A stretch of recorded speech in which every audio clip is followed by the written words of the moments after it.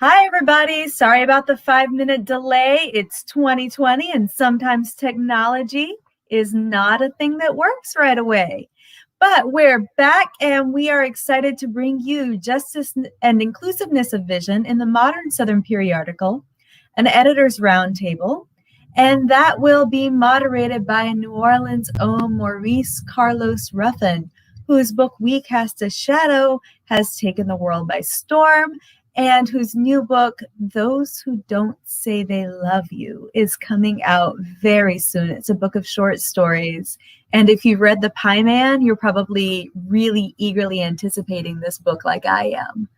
Before we get rolling into our conversation, I'd like to just remind you guys that at any point you can hit those donate links in the comments section. You can also PayPal or text. We'll put those up as we go along. And support the festival, which is accessible to every single person, regardless of their ability to pay, because that is the mission of One Book, One New Orleans, and therefore should be the mission of this virtual space that we're in. So without further ado, I'm really excited to listen to Josina Guess, who is the editor at Bitter Southerner, Eliza Borne, who's the editor at Oxford American, and Lovey Cooper with Scalawag in their conversation with Maurice. I'm going to put Maurice up right now to get our conversation rolling, and he'll introduce our panelists more formally. Maurice, take it away. Hi, everybody. So due to tech issues, I will be your invisible man, which I think is appropriate since I love Ralph Ellison's work so much, and it was inspirational to me in creating my own work. But we're not here about me. We're here about three very talented editors. So I will introduce them, and I will give a quote from their own work to jump off this panel on justice and inclusion. So first, we have Eliza Borne, who is the editor of the legendary Oxford American, a magazine of the South. And Eliza said this once: "At present, my colleagues and I are working to audit our practices with the goal of establishing concrete steps to foster a more diverse, inclusive, and equitable workplace for staff, contributors, and artists." As editor of the Oxford American, I'm energized by the urgency of this season, humbled by the people who trust me to publish their work, and determined to work to get the Oxford American closer to living up to the values we espouse in our pages. Next up, we have Lovey Cooper. Cooper is the managing editor at Scalawag Magazine and also the voice of This Week in the South. Her work focuses on policy, justice, and the intersection of politics and culture in the South and in Appalachia. So this is what Lovey said: "Understand, too, that white supremacy is irrevocably tied to anti-Blackness and a socialized way of stereotyping, stigmatizing, and discarding Black people in ways that oppress and harm them. Our culture supports the viewpoint that Black lives don't matter in myriad ways, small and big, conscious and unconscious, intentional and unintentional, every day." And also we have Josina Guess, managing editor at the Great Bitter South magazine. I had the pleasure of actually meeting Josina in person for the first time in the before times, and hopefully we'll get to meet again at some point in the future. This is what Josina said: "Somebody better bring some music and something good to eat and drink, because we might be here a while. No one can rewrite our ugly past, but I come into this job believing that together we can write a better future." So with those illustrious words, we have a few questions here to get into the topic. And first, for those people who are unfortunate to not actually know your magazines very well, of course, they're very well-known magazines. Tell our viewers about your magazine's mission, particularly as a representative of the South. And I guess we'll go round robin, and we'll start with Eliza. Sure. Well, thank you so much, Maurice, for that wonderful introduction. And I'm so excited to be here at this festival and in conversation with editors I admire. So I'm really pleased to be here.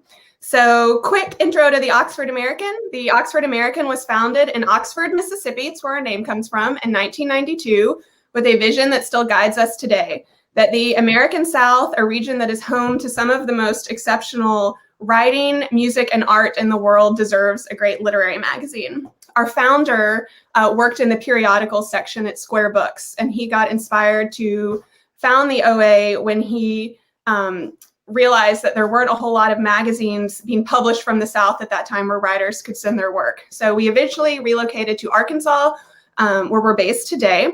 And our mission is to explore the complexity and vitality of the American South.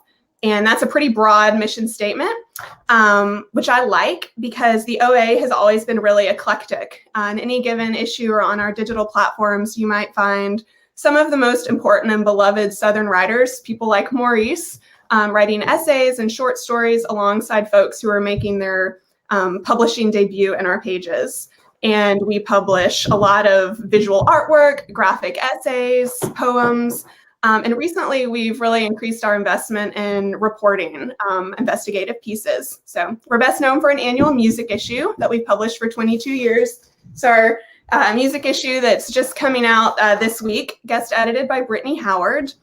And then in all of our work, a few things are core to our mission and our identity as a publication: excellent artwork and writing. And then we aim to publish a magazine that is representative of the South and the people who live here. So we try to pay attention to all corners of the region.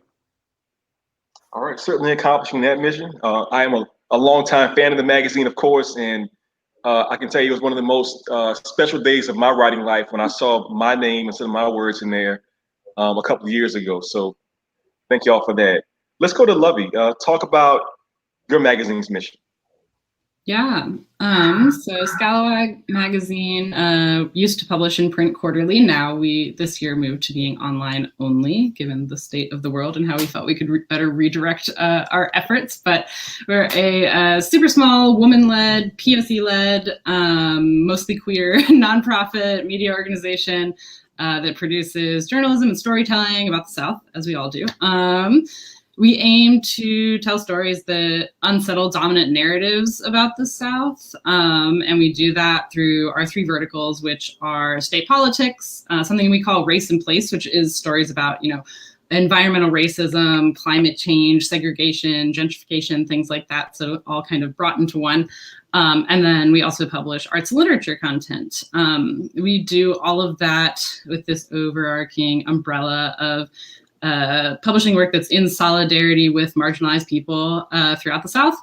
And it's something that I think that we do that's pretty relevant to today's conversation is like, while there's this in 2020 been this recent wave of popular stories about, justice and liberation, and that's just reached mainstream appeal. Like, we aren't new to this. Like, those stories of mobilization have been like a founding principle of our work.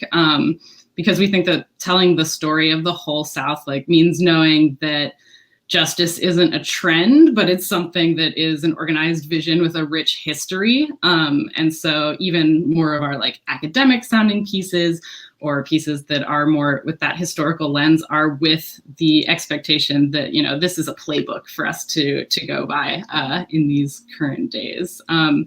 We do something that's a little bit different, I think, than the other publications y'all are talking with throughout this festival, which is we do movement journalism, which is a relatively new concept, but it's producing, news, storytelling, even arts writing sometimes that is grounded in the experiences and identities of oppressed people, and training those writers to be stakeholders in that conversation and not just, objective reporters reporting out about, things that cannot be misconstrued any way or the other. So when we talk about movements, we're talking about, people coming together to build power collectively and control these conditions that we find ourselves in the South, and we have always found ourselves in. People like to talk about the South as a bellwether for the country, especially around election time. So that's been an interesting thing to look at this election cycle and kind of our role in that. But the thing to remember, I think, for us is that people forget about the South when they're not using it as an example in those kinds of ways. So we really, in all of our work, seek to talk about, how intimately America's origin story is connected to injustice in the South, and how the problems that we think about the South having are actually America's problems a lot of the time.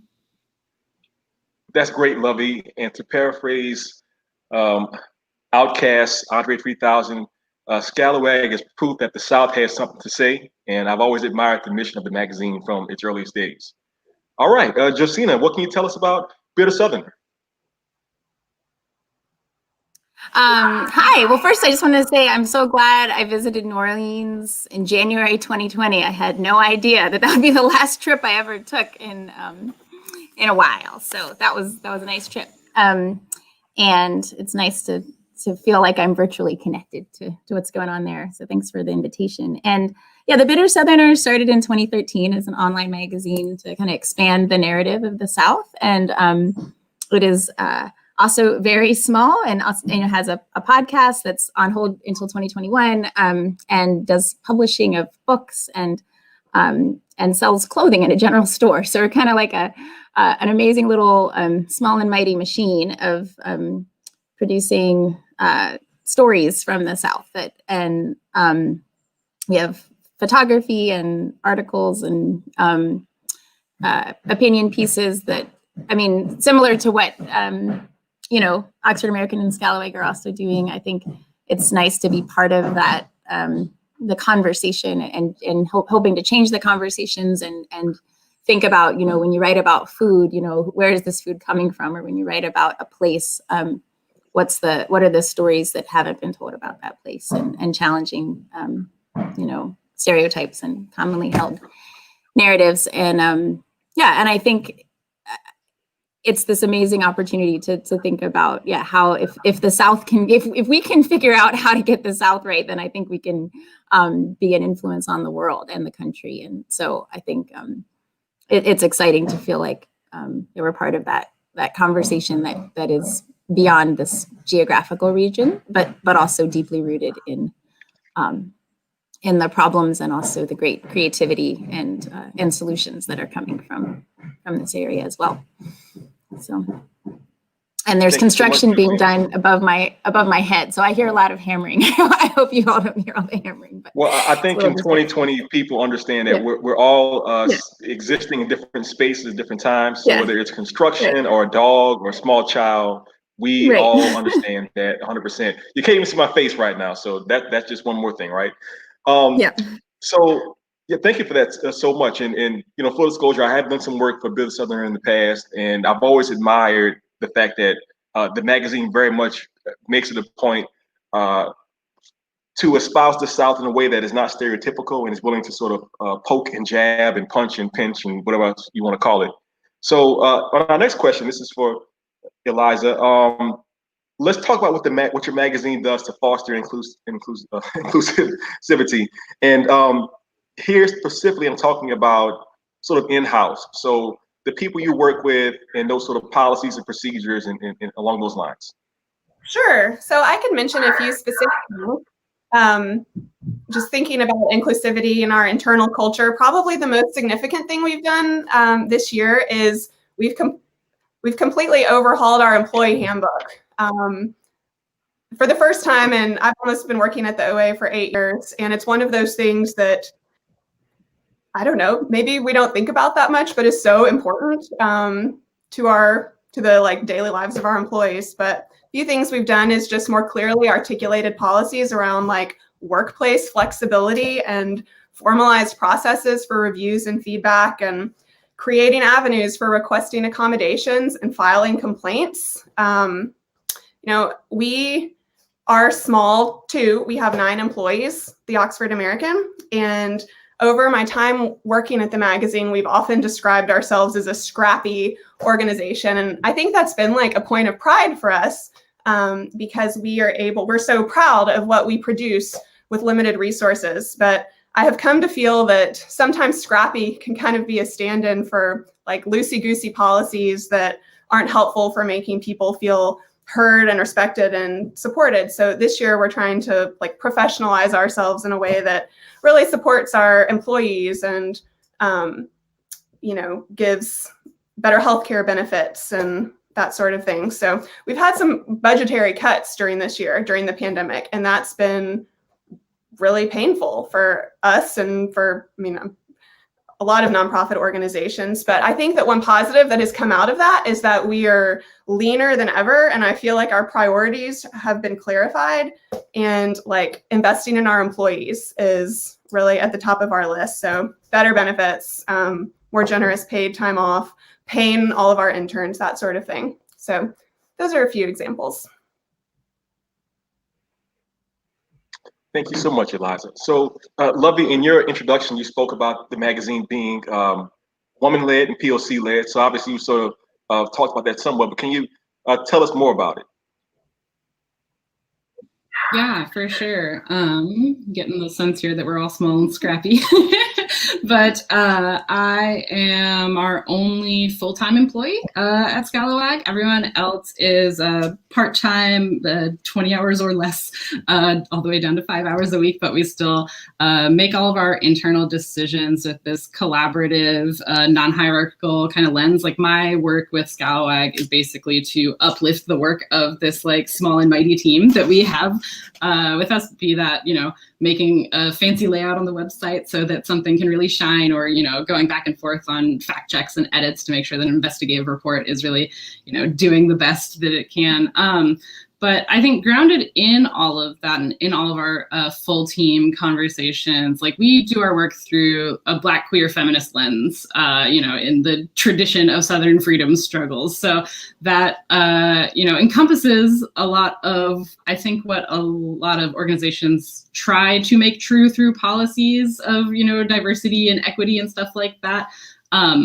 But that has kind of just been inherent to the kinds of people who want to work with us and the kinds of people who we seek out to work with. So we do all of our work through this lens rather than trying to align it to some sort of policy or try to amend wrongs in that way. And the pursuit of liberation is like inherent in everything that we do, be that, fundraising, who we're taking money from, how responsive we are to our members in certain areas, building up these hub cities that we're really focused on.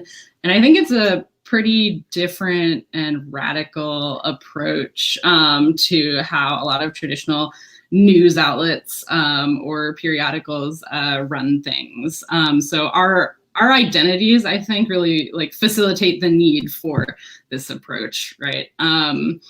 And yeah, just really focusing on, how to navigate a lot of that like in between of people who think that they're saying something about the South versus the people who we intend to intentionally, listen to and make known through our work. So that was all kind of a roundabout way to say that that inclusivity question is kind of an ongoing, ever-shifting work in progress for us, and especially a lot of our editorial conversations. I think we benefit from having an editorial team that's not just focused on Scalawag, that is grounded in other work. We've got folks who are organizers on the ground, doing movement work directly. We've got people who are, poets. We've got lawyers. We've got, people that bring these different approaches to just life in general, and also happen to work for a magazine, right? So I think that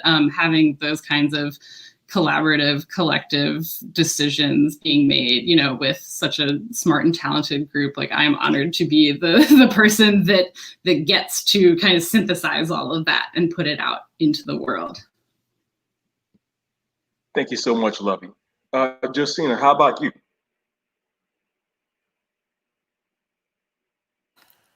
Unmute. Yeah, I was just thinking about how,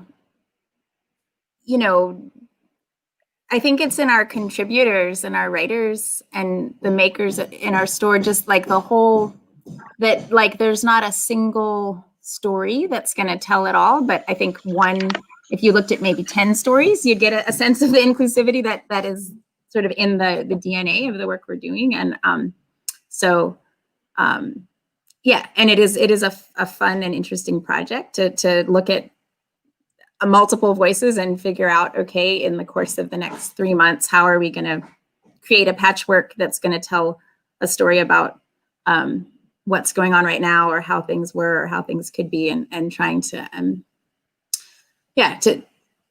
ask writers and contributors to think about the perspective that they're coming from, and to really interrogate their own story and tell that story as well as they can, knowing that that might not be the only story of a place, but it's one story that is worth telling. So I think just allowing that depth and complexity to come out, we hope, in each story. And then if you were to look at multiple ones, you begin to see a bigger picture coming together through those smaller pictures.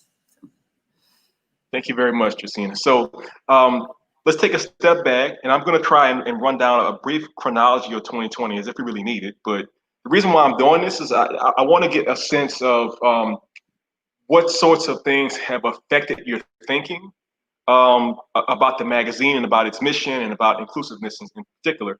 So if we back up, Josina mentioned that we met for the first time back in January, which seems like it was maybe 30 years ago now, but apparently it was only 11 months ago. And in the before times, it was life more or less as usual, even though things were already pretty strange. Then we had the pandemic started, and it was slow until it was fast. People kind of didn't know what was going on, and the next thing you know, everything was shut down, and it got really, really nerve-wracking through the summer. Of course, at the same time, we had the largest protest in the history of the world, sparked, of course, by George Floyd, but also by Breonna Taylor and Ahmaud Arbery, and to some extent, Mr. Cooper up there in the New York Central Park, and many other incidents that have also added to this atmosphere. You roll forward, and we get to a point where there are challenges to voting, which is something that's been going on systemically in America for generations. But specifically, we had the Supreme Court roll back some of the protections against states making unfair laws, and here we are in the present, in a time in which America apparently can't even agree who actually won the election, with stark and harsh attitudes on either side of that question. So, just for anybody who wants to take it, what has kind of struck you the most? What have you been thinking about the most throughout this year? Whoever wants to go first. I can go. So 2020 has paradoxically been kind of great for Scalawag's work, because it's been an opportunity to point to a lot of these conversations that we have been having for the years that we've been in existence. But I think one thing that stood out to us most throughout all of the chaos that you just named is this whole current crisis and all of it put together. It's unifying, but the need to act collectively and the need to have, the country's largest season of demonstrations and protests, that is not new. It's only become more urgent. It's only become more pressing, and it's only become more, unfortunately, trendy, right? This is what people are paying attention to now, even if you have been doing this work all along. So we're learning kind of more and more. It's kind of validating in some ways to see, these things that we've been, spouting off for years, people are finally catching up to. But it's still somewhat of a struggle to, redirect a lot of that energy into okay, yes, you're here. Here's where we point you to now. Here's what here's what you need to know. Okay, here's what every other news outlet is talking about. Here's what you actually need to talk about, and kind of rein in that narrative a little bit. And election-wise, I think that the conversation has shifted to be more about that culture of voting, which I think is super important. People are paying attention to the South more and more, still for some of the wrong reasons, or too late, or in this sort of parachute style of, I think in previous elections, it's been, what went wrong in Trump country, or what, how can we fight this in the future? And then people disappear and then come back for the next election cycle. So, this is the reality that we're in, and we're trying to make the best of it. I think Barbara Ransby said in our Black Feminist Roundtable on electoral politics, which had to be rescheduled many, many times this year, and it ended up coming out right before the election, so it had kind of a different tone to it than we initially wanted. But, you know, the people that we want to run for president are never actually going to run for president, right? And that is kind of one of the many contradictions that we face in this election cycle of this year throughout all these different policies, you know, thinking about how to bring people into the conversation from different access points and different entry points. People who are coming into this election cycle, you know, angry, people who are coming in fired up, people who are coming in apathetic, figuring out a way to really speak to all of those folks and actually give them actionable information within all of that. And, you know, all of that is strategy. All of that is partnerships. All of that is, you know, follow through on those partnerships with the end goal of effective mobilization.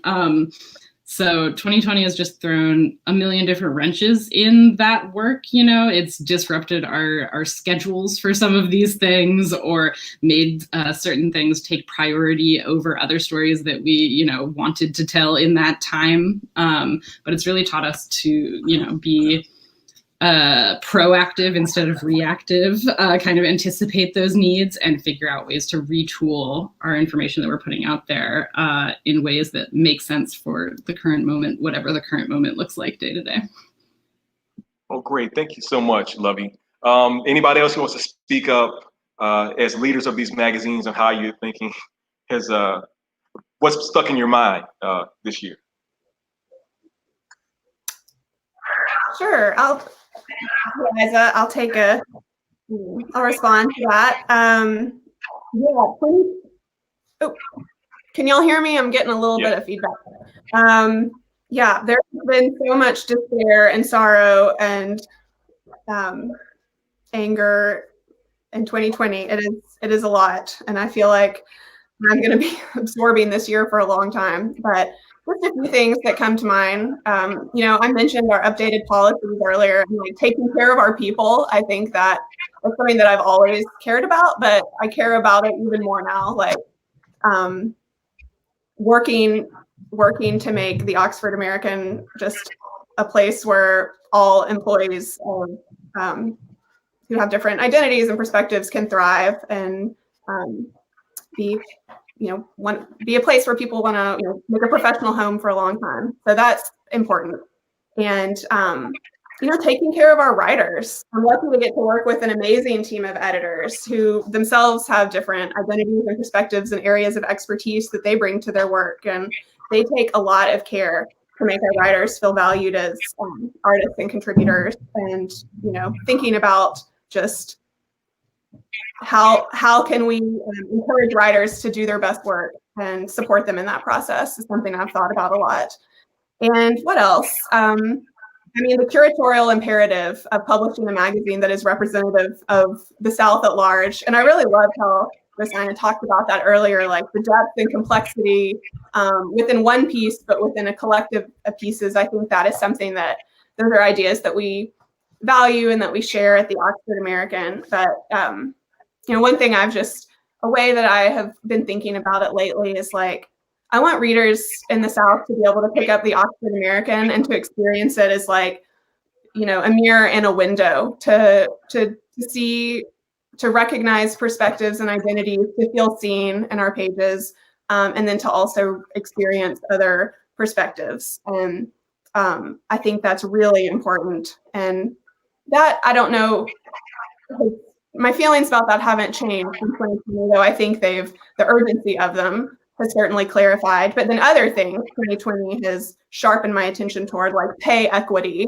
and thinking about ways that I can be more sensitive and encouraging just as in like the mechanical act of editing and how I communicate with writers and how I deliver edits, and then thinking about who has access to pitching the Oxford American. How can we empower more writers to be published in our pages? So those are a few things.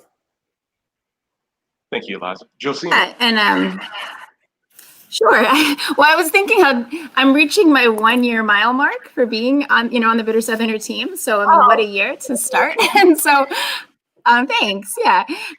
But like in March, we were planning our membership drive. We're funded entirely by memberships and what we sell in our store. And the whole country was suddenly faced with the reality of the pandemic that was percolating before March. But, we had to make a decision pretty quickly about like, are we going to have this membership drive? And like, people are losing their jobs and people are dying. And like, what are we doing? And so really quickly, we were like, well, we'll give, I hope I don't get the numbers wrong. I think we were like, I don't know the exact numbers, but we were like, we are going to give a significant portion of whatever we make in this membership drive to specific organizations that are kind of boots on the ground, helping to feed people and respond to crises like in that moment of crisis. And that felt like I was glad that we could use our platform to be doing some community building work through that. And we've kind of expanded some of our partnerships in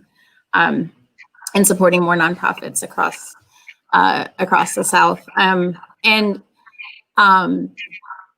I think the other major thing about 2020 was that like, I think the Bitter Southerners identity had been really glad to be sharing stories that were evergreen, and we didn't even date our stories up until 2020. And so, but it really felt like when March came and we were working on storytelling, like we needed to be speaking into the exact time that we were in, while also working on like that sense of urgency, because but it's also tricky because when you're doing slow work, it's hard to like, with a news cycle that was moving so quickly, it was hard to, it's still hard, to figure out when to catch something on the news cycle and when to say, this story is still going to resonate, 6 months or 6 years down the line. And, and I feel like when Jim Barger was, I feel like every story and every writer we've worked with has been good, but I do want to just name like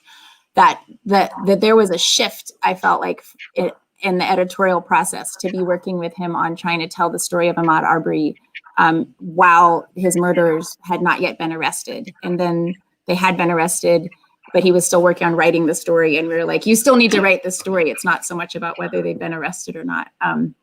And being able to get an opportunity for a story of Ahmaud in the place where he came from and the person that he was and his family. That was something that felt like a real honor and a real challenge, and being able to connect with other activist writers since then who are speaking into what's going on in their communities. So anyway, 2020 has been intense. and that's, I think, to echo what Lovey was saying, it's not a trend. And I think that was a challenge as an editor, to receive so many pitches June through August that said time sensitive, when really it was just a writer who identifies as white recognizing their role in racism. And I'm so glad that people are doing that internal work, but deciding as an editor whether that is actually time sensitive and really needs to be published, and also figuring out how to gently reject that work and say, like, I'm glad you're reading, I'm glad you're caring, but this has always been time sensitive. And so sort of, recognizing that challenge of figuring out what stories are really the ones that we need to be telling now, or talking within smaller groups, but maybe not necessarily publishing. So I don't know, it's a challenge. So. Yeah, and Josina, thank you for that. Definitely. I've gotten a few questions from people. It's actually the same question. And you make a good segue for us into this. I want to ask Eliza about it first, because the OA is a print-bound journal. It's not necessarily just online. And the question is, how do you, as somebody who's doing a print journal, respond in an age where the news cycle is moving so fast? If we were going 60 miles an hour before 2020. Now we're going 120 miles an hour. And I'll just add as a caveat to that, my writing group, Peauxdunque Writers Alliance, which is one of the co-sponsors of the event, has a magazine. I'm not one of the editors, but I'm involved tangentially. And I know that when the pandemic started, we had an issue that was getting ready to come out. We had to pause production, and we made some changes to that and actually changed some of the contributors and those things. So just how does the Oxford American address this sort of need for a certain timeliness and people submitting things that maybe fit the times or not? Yeah, that's a great question. Oxford American is a quarterly print magazine that we have platforms where we're putting stuff out online all the time. I think that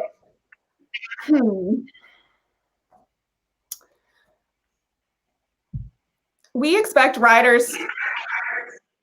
There are several ways to think about this.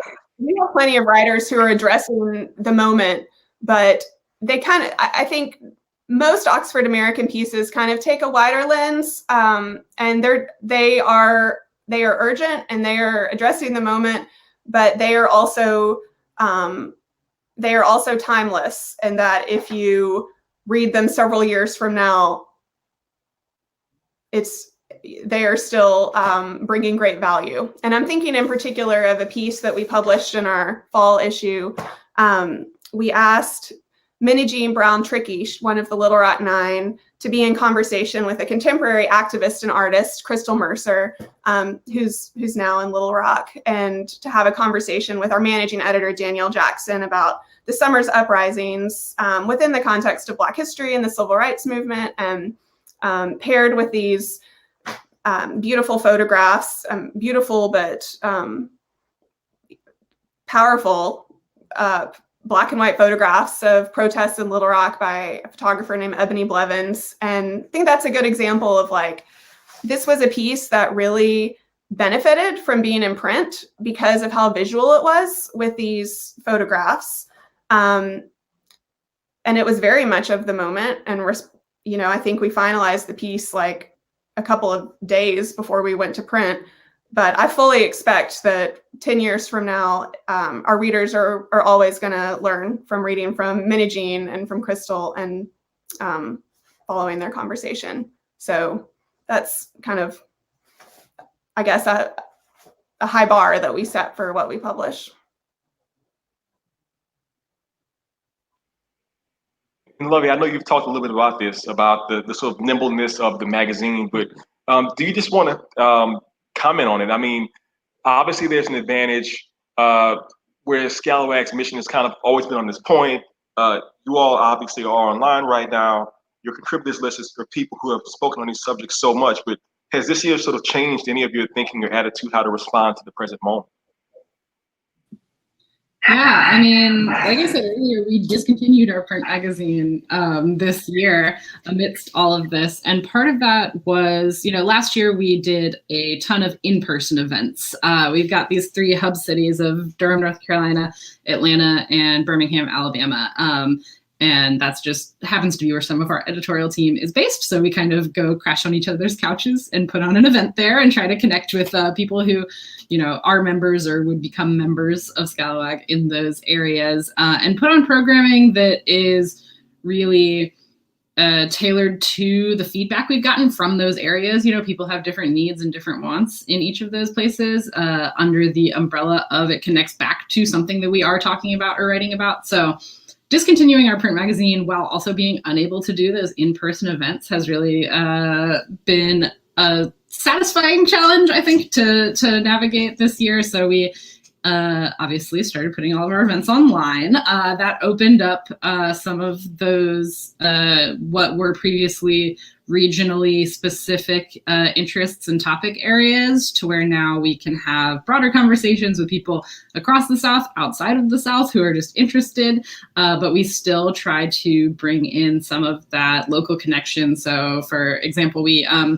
did, a film screening about environmental justice issues. We had a whole whole schedule of it. We ran a review of the film. We, you know, did this event, had this follow-up reporting so that even if you weren't there to join this Q&A with the filmmakers and other relevant organizers talking about the issues that we talked about in that film, like, you know, you could still get that information after the fact.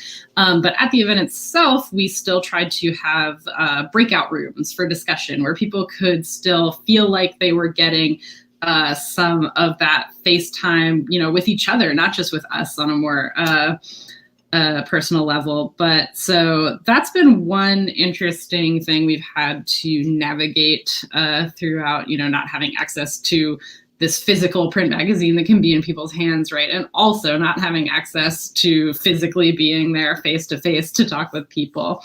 And yeah, I think another thing, just quickly on ending our print magazine, you know, most of the feedback that we got from our subscribers was like, love the work you're doing, like keep it up. If this is what it takes to keep it up, then like please do that. You know, something that was kind of frustrating about having such a beautiful, you know, precious print magazine that we were putting out was that like once it's out in the world, we don't know where else it goes, right? You know, we have sales numbers, we have, you know, this many that we've sent off to for folks to read in prisons, we've had this many that we sent off to, you know, rural libraries, things like that. But after that, you know, we don't know what translates in terms of a print subscription to, you know, it's actually someone's grandma who gets it for them and sends it off here, and we can't actually track where that goes in the real world. So being able to redirect a lot of those resources into other creative ways to reach those people has been a big theme of this year.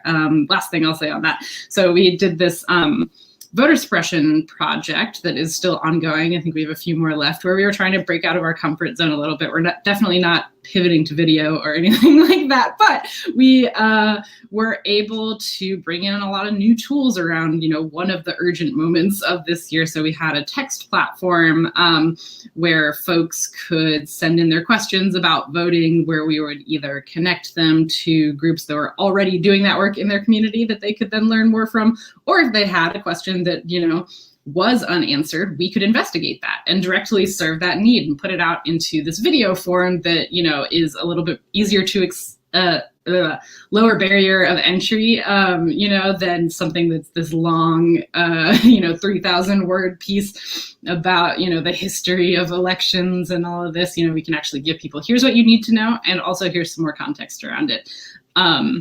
So I will leave it at that because I feel like I've been talking a while. No, thank you for that very much, Lovey. I do want to ask about the future. So, and maybe Josina could hop in on this one first. I'm just curious, in terms of social justice, what is the future of your magazine? What are you thinking about editorially in terms of possible future issues or contributors, or how you just sort of approach the world as it is? Because hopefully 2021 will not be crazier than 2020, but anything is possible.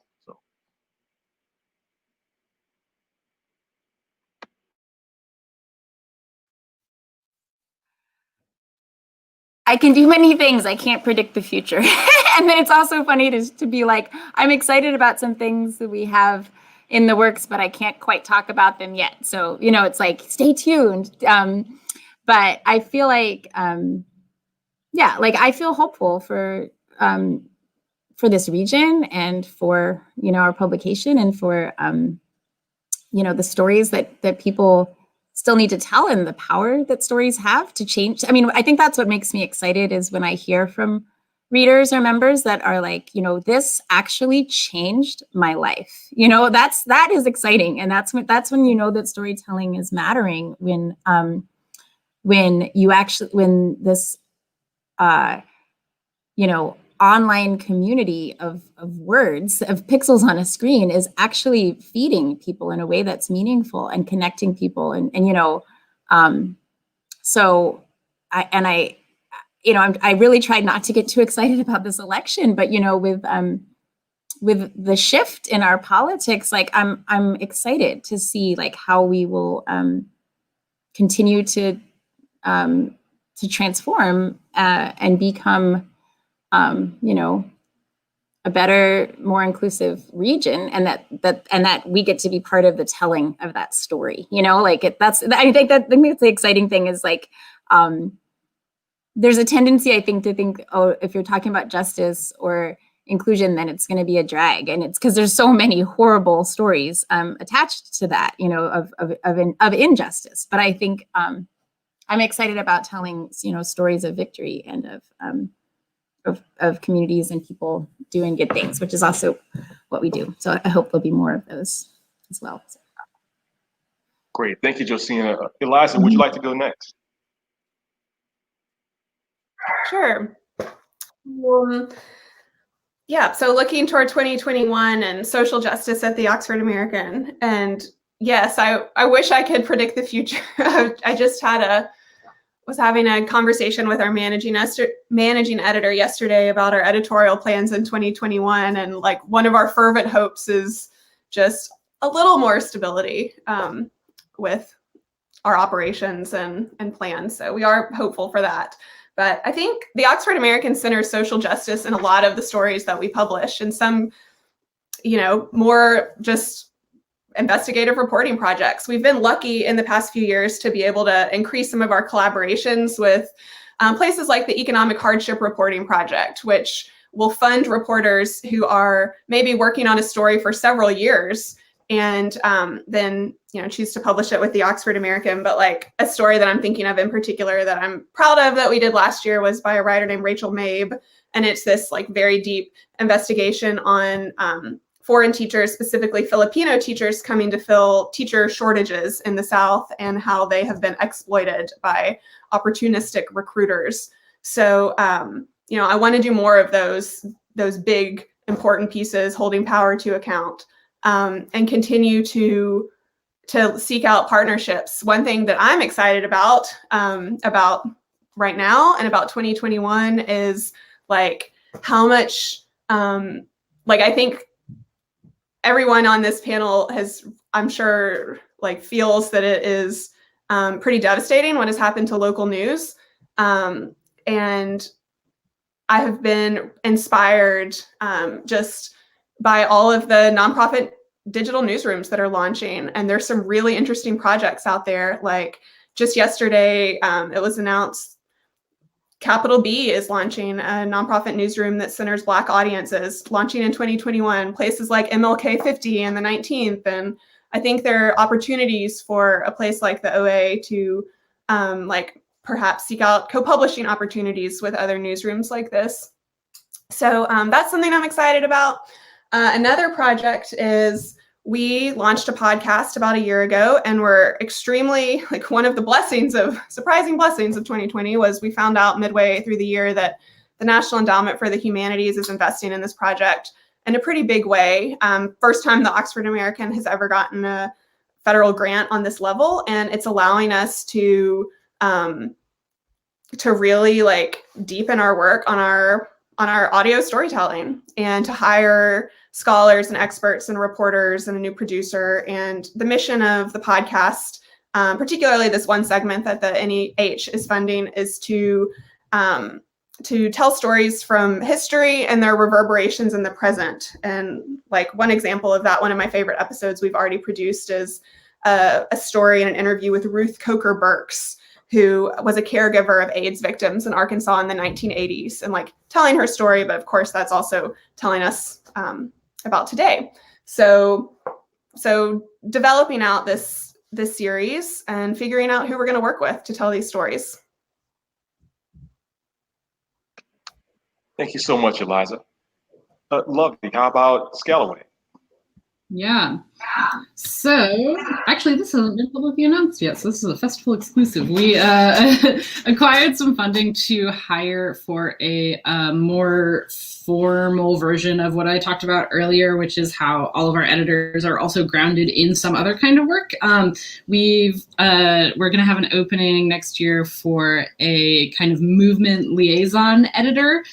position, who also can manage some of our community partnerships and some of that active listening that we try to do. Like I said, all of our editors, have another gig as well, which is a blessing in many, many ways, but it also means that some of these connections, we've kind of relied on which voices speak the loudest back to us, which ones are seeking us out of the connections that we have. So something we want to work on next year is kind of building up that reciprocal trust and reciprocal relationship with the communities that we're, reporting from, reporting on, and, doing events in, having these conversations about, just kind of formalizing some of that institutional listening and some of that accountability, especially by having one person who is kind of the owner of that and can maintain these personal relationships and get feedback. And part of that work is going to be throughout next year, working on tracking our impact. Like I just said, we usually rely on the feedback that we hear, that is over representative in our minds of oh, this piece did especially well because I heard, how many people showed up to this town council meeting, and I heard that from, the person who was my source on this story, or, onward from there. But a lot of the things that we report on are shifting the narrative and are deepening those conversations. So really just figuring out how deep that rabbit hole goes, and what ways we can strengthen it, what needs people actually have who are in these movements and doing this social justice work, being able to talk directly to them to hear, these are the things that people aren't talking about enough, that we can turn that around and say, okay, so who, on our team or in our networks is best suited to report on that? Who can follow up on that? We heard a small on the ground update. Does that translate to, or point at a larger conversation that we should be having? So that's one of our main goals for next year, is kind of, right now we have these, poets, academics, activists, all of that. But really putting a bow on that and bringing all those people together in conversation with each other and with us and with our readers.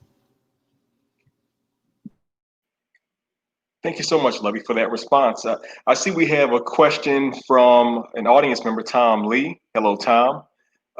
Tom says, what do you see happening with faith communities that might fit into your approach to telling stories of social justice? And that's a very interesting question, because obviously there's so many sort of overlapping and interlapping communities that factor in when we think about social justice. Does anybody want to take a crack at that?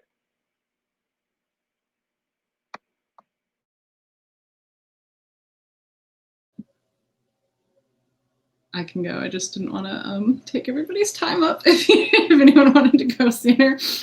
Yeah, we've got some reporting coming out soon as part of that As the South Votes project that I was talking about, talking specifically about the religious left and kind of these conversations that are happening in these faith communities, how those do have deep ties to, freedom struggles. Basically, like I said earlier, the origin story of America is tied to, the civil rights movement, ties all the way back to slavery. And that, goes and affects all of our changes and policies throughout the country today. So the conversations that are happening in faith-based communities and the conversations that are happening in social justice communities are more often than not, one and the same, especially in the South. We are hoping to host this roundtable that we're going to be putting out, like I said, as part of the As the South Votes project, kind of a postmortem on this election from a religious lens, and what that means for people with those intersectional identities moving forward throughout, the next elections and the next years. Thank you so much, Lovey. Unless somebody else wants to hop in on that, I do have another question for us. I know we're getting short on time. And this one is, I think, a bit more of a personal question. Obviously magazines, even nonprofits, have a certain sort of business aspect, which is, getting things out on time, covering your expenses, those sorts of things. But I tend to think of your magazines as having missions. Missions to represent the South, missions to be truthful and honest, missions to shine light on dark places. So I'm just curious as to how y'all feeling right now. How are y'all feeling in 2020 about the magazine's mission, about whether you're, accomplishing your goals. Just talk to us about that in general. Anybody who'd like to go?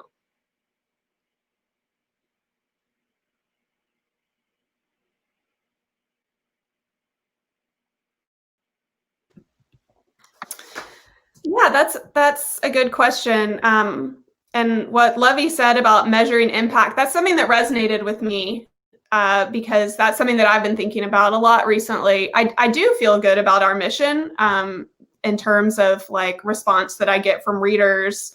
There are different ways that we can measure response. We can see what pieces are getting a lot of traffic online, which issues are selling in our online store, what subscriptions look like, other news outlets picking up, having OA stories drive conversation in some way.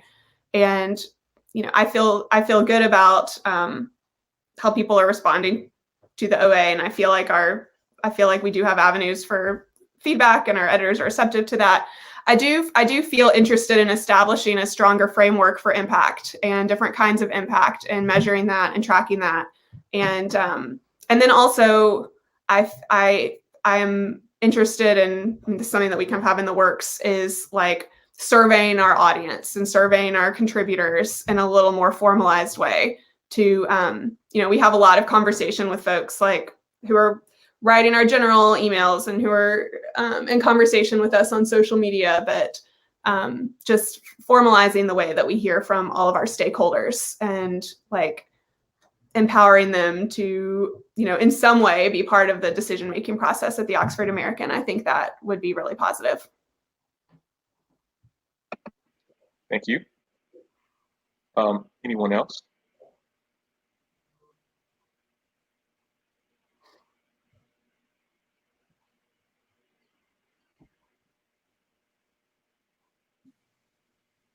I can speak more words if I need to. So something else about Scalawag ending our print magazine, as I keep saying, this year we transitioned a lot of so previously print subscriptions paid for the print magazine, right? Everything else that we did came from, other funding that we were securing. We don't sell anything or anything like that, but we have, grants, we have other opportunities, we have freelancers who come to us with fellowships, we have all of this that supports the written work that goes online. Now that we don't have that print magazine, we've transitioned to a membership model to where people are supporting us to get a little bit of a closer access to our editorial team and being closer in conversation with us and at these events, and have their exclusive events where we're kind of fostering that community, like I said earlier, like amongst themselves, between us, and also separate from us. And so the response has been kind of great. So we're in the middle of a membership campaign right now. I don't know if we can drop a link somewhere here. We're trying to up our number of members and figure out, what exactly it is that we can be doing to serve those people. Some people are just supporting us because they like the work we do, and that's enough for them. But there are other folks who, we want to see it as less of a transactional relationship and more of a, here's what you're doing to help us, what can we do to help you kind of relationship. So that's going to be big on our minds strategy-wise going into next year, is just really strengthening our membership cohort, both in these regional hubs, like I talked about earlier, but also just in sum total, how those members can have more of a voice, not just in our content, but in our institutional direction and decision making.